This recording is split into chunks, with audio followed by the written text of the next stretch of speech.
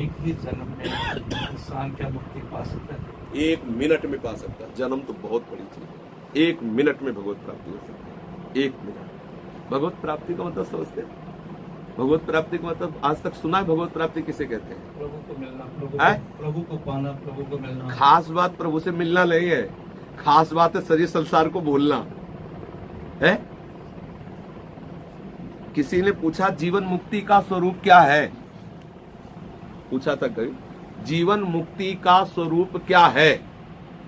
तो इसी में उत्तर छुपा हुआ है। का क्या, ये 2 हटा दो। जीवन मुक्ति का स्वरूप क्या है, तो का और क्या हटा दो, फिर बोलो इस शब्द को। है? का हटा दो और क्या हटा दो, तो जीवन मुक्ति स्वरूप है। समझ आ गया?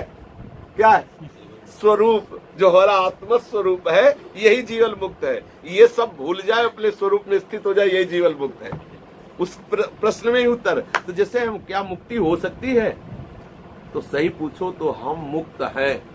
केवल इतनी बात जाननी है। जहां बंधे हैं उस बंधन को छोड़ दो तो आप मुक्त ही हैं। भगवत प्राप्त भगवान है अभी इसी क्षण हमारे हृदय में।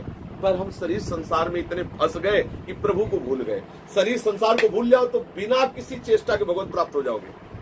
शरीर संसार को भूलने में आप कितने प्रवीण हो, बस ये बात देखना है।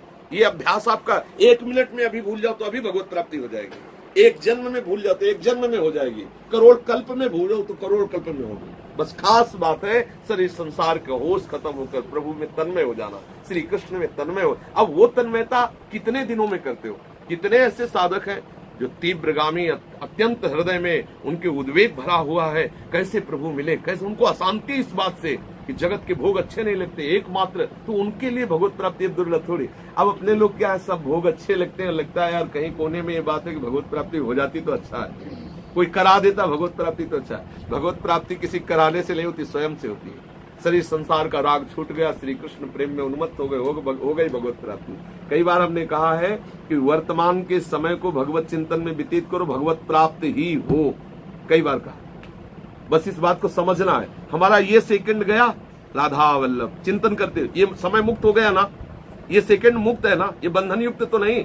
अगर संसार का चिंतन हुआ, भोग का चिंतन हुआ, तो ये सेकंड बंधन वाला हुआ ना। अगर हम प्रति सेकंड राधा वल्लभ श्री हरिवंश चिंतन करें तो मुक्त होते चले जा रहे हैं ना।